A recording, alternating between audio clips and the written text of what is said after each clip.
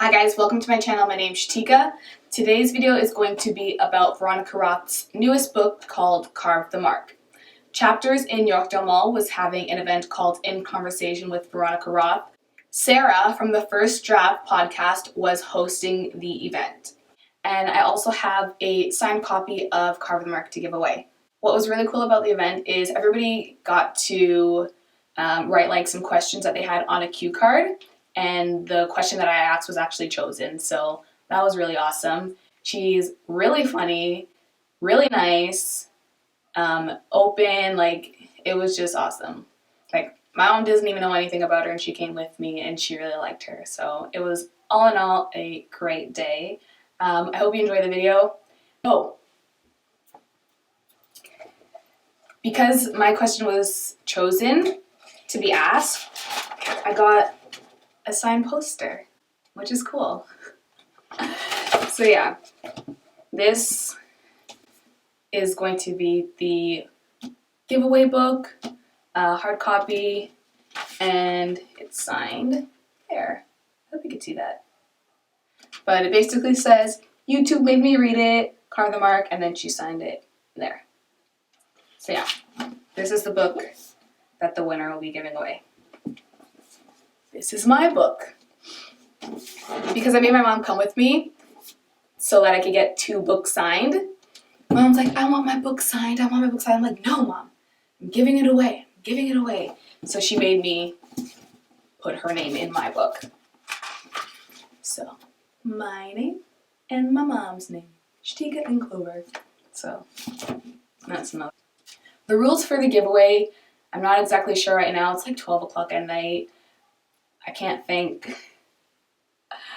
So I'm just going to put them in the description box and just follow whatever rules are in the description box, and that will be the rules for the giveaway. But we're all here to see Veronica and talk about Carve the Mark. Woo! Okay, we'll see if this works. Maybe, is it because you're close to the thing? I think I might need to jump around it.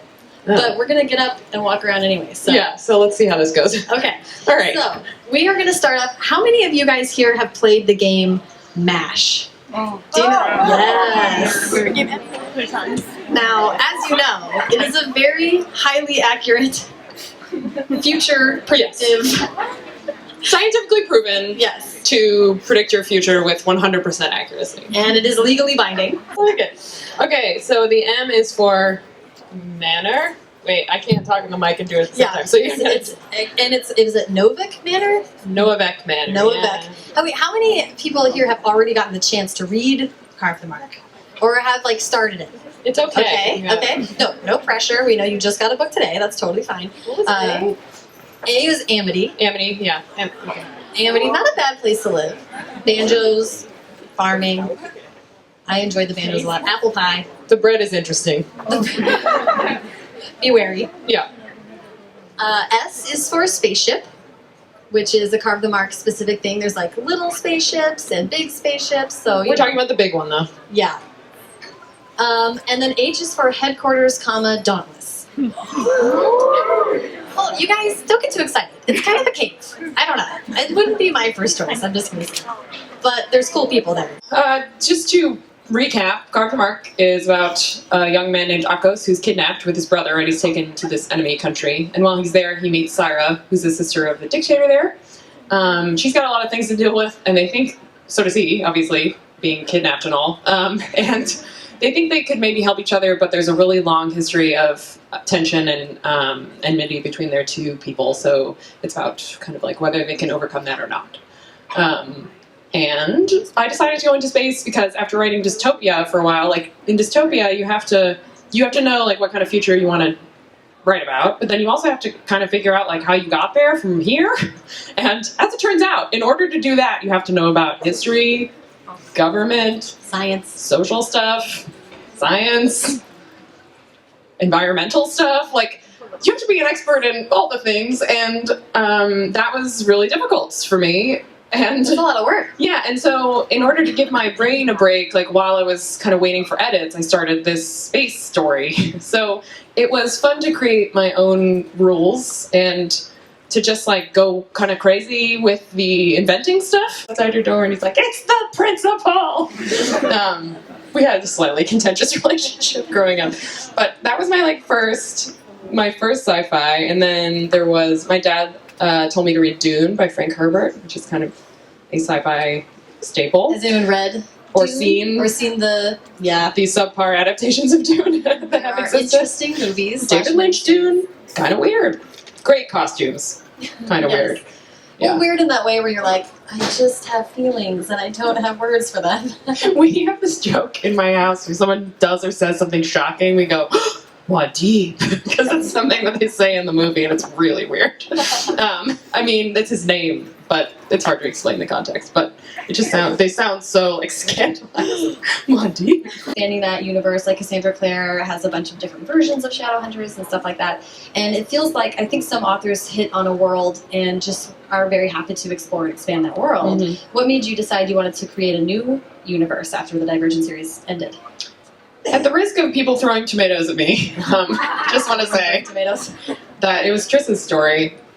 So I didn't want to write about anyone else there, really. Like, I wrote about 4, I guess, but that was still about her. Like, it was about him. Definitely the first 3 short stories in that collection are about him. But then his story his story really starts only very close to meeting her.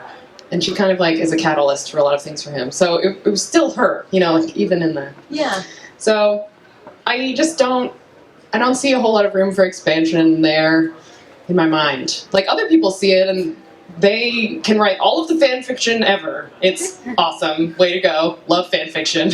But for me, it's done. I want to ask you about writing love interests or just characters that are like interesting enough that people care deeply about them. Like, which I've talked to Lee Bardugo about this, and we agree. And you and I agree about this too, which is I think competence is a very appealing trait. So someone who is capable, like a grown up, like they can maybe fix their own car, or they can handle the responsibilities that are placed on them. They can like thrown into a situation, they're like, I got this. I think you need to tell your story. Okay. We were talking about this at another tour stop, and so I'm also a writer, and I go to a coffee shop to write a bunch of days, and I had this coffee shop crush. This guy was super cute, and I would go like almost every day. Literal coffee shop AU. Is happening in your life. Exactly. It's what Lance Bass. Barista AU. Yeah. Sorry, never mind. So I was like, just kind of smitten with this guy. And then one day he would park right in front of the coffee shop. One day he went out to his car and then came back inside. And I had my headphones in and I was just looking at him talk to the barista, and he's like, and then they go in the back and they bring him a clothes hanger, like a wire clothes hanger, and he's like, thanks. And then he walked outside and like just dismantled it, created a thing to break into his own car. He locked his keys in the car and he was like, I'm not going to call AAA, I'm just going to break into my own vehicle. And then he like took care of it, jumped in the car and drove away, and I was like, and he took her heart with him. Like look at that. I love it when someone is capable and maybe like creative about, I don't know, and wants to like do a thing by themselves, like on their own. I think it's showing. It's appealing. It's showing. Like not ambitious is not the right word, but I don't know. I like someone where if we're in a tough spot together, they're not gonna like run around and leave. Nothing can be less appealing. Space travel. Hate time travel. What is wrong with you? Time travel. Okay, audience, let's go time travel. Raise of hands. Who? Okay, my people. Okay, and then who prefers space travel? Well, you're here reading a space book, so good job. But I promise it's fun.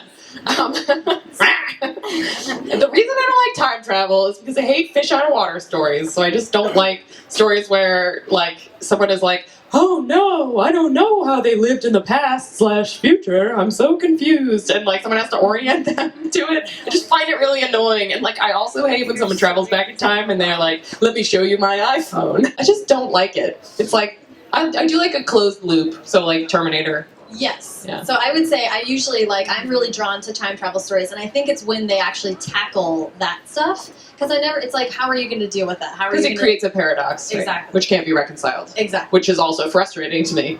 Really? Yes. if he didn't go back in time, then he couldn't have gone back in time. You see what I mean? Yes. I love Do it. you? I don't. It's like the third Harry Potter movie, right?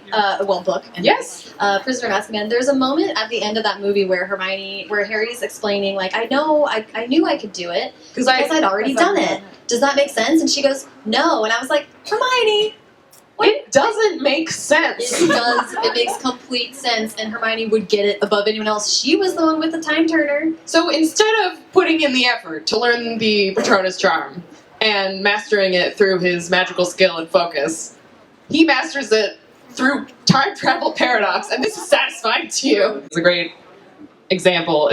Independence Day is like a rah-rah America movie, and as such, I feel mixed about it at this moment. However, sorry, we're in Canada, so I feel safe talking about it. Anyway, but it's like about these aliens are killing us for no reason and want to take over because we're just that awesome, apparently, and then we beat them through sheer force of Aggression, bravado. I don't know. Cool. With cigars involved and explosives. Anyway, so that says a lot about how we see foreigners or travelers or anyone that we don't know. We're just they probably want to kill us, so let's blow them up. Great. Sounds great. No, it doesn't. It sounds horrifying.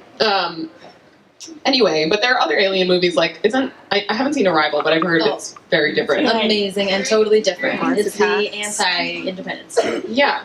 And I think those movies can be about how to treat someone sensitively and learn about where they're coming from without being terrified of them. Okay, this is like an even split. Yeah, abstaining. Okay. I gotta go with werewolves on this one. Yeah, and you and I'm are we friends? Yes. Get out. No. I think I'm picking vampires, but just because I've been reading Anne Rice and Twilight. I mean, they've been such a part of my literary history. I think I could like vampires, but I think they're always allegories of uncontrollable lust, and I just don't. I just can't with that. I don't know. Werewolves are about the inner monster. Yeah. Very interesting, for sure. The uncontrollable inner monster. Yes. You guys, we have a friend we just have to tell the story when we talk about vampires. Yeah, Stephanie Keene, who is an author, and she's written some incredible books that you guys should check out, including Charm and Strange. Yeah. And she is just the coolest woman. So in her house with her 3 kids, instead of a Christmas tree, she has a Jacob Black life-size. Yes, that is amazing. From a Blockbuster or something when they were closing down, and she decorate it every year for Christmas instead of a tree or something. And her kids are like, Mom and Dad, can we get a tree this year? And she's like, no. You gotta decorate the Jacob. Decorate the Jacob or go to your room. That's not how it goes down. It's the best story on earth. Okay.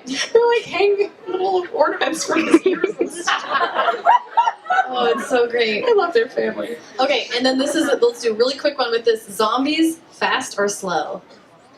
Fast. I like fast. Fast. And it's scary. When they're fast, it scares me more. This is not a test. Fast Zombies. Courtney Courtney Summers, who is Canadian, and we saw her earlier today. Yeah.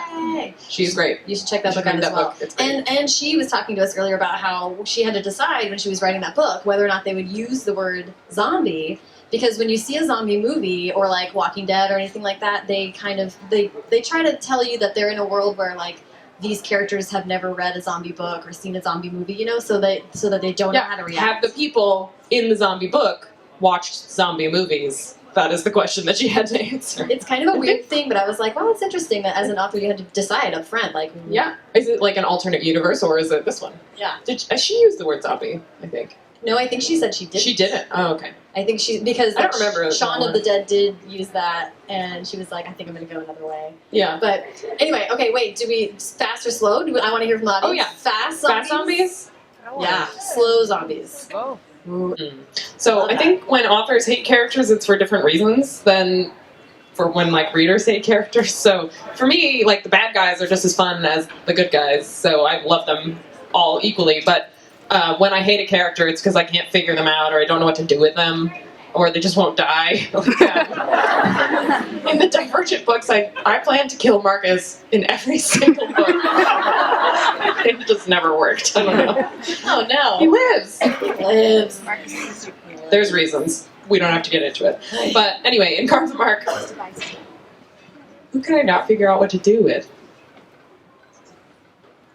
This is... Well, what characters surprised you in the book in general? Oh, well, Syra surprised me because she like elbowed her way in from a rough draft. She was not in the rough draft. Wow. Now the book is like more than half her perspective, so I don't know. What was she doing in that? She wasn't in it at all. No, but I didn't want to... I felt like I needed to work on my antagonists, making them more well-rounded and nuanced, so I needed a way for Akos, who was the only main character at that time, to be in close proximity with Rizek more, and so I was like, maybe I'll give him like a sibling so that they can like communicate somehow, like that'll draw them closer together, and then it just grew from there. I think that's kind of a cool story to tell, especially for people who are writing their own fiction, like that you had a whole draft of the book and you were like, you know what, like as a method of improving the story you wanted to tell, the story changes drastically, but it's okay when that happens. It's horrible to sit back and have that moment where you're like, oh no. I have to rewrite this entire thing. Everything. That's fine. I did that like, I think 4 times with this book, so maybe that's why I can't think of a character I hate, because if I hated them, they definitely got cut. Yeah. You're like, you're not Marcusing me. No, I'm not doing that again. And I went to the hair salon, and the woman who cuts my hair was like, hey. I was like, hi. She's like, what do you want to do? And I was like, I don't know. So she started bleaching it like she usually does. And it turned this really like pink-orange color. And I was like, let's stop here. I was like, let's just make it as ugly as I feel about the world. And it was not great, to be honest. It was kind of cool. It was cool, but it was like, I have orange hair. It is orange. Like his face.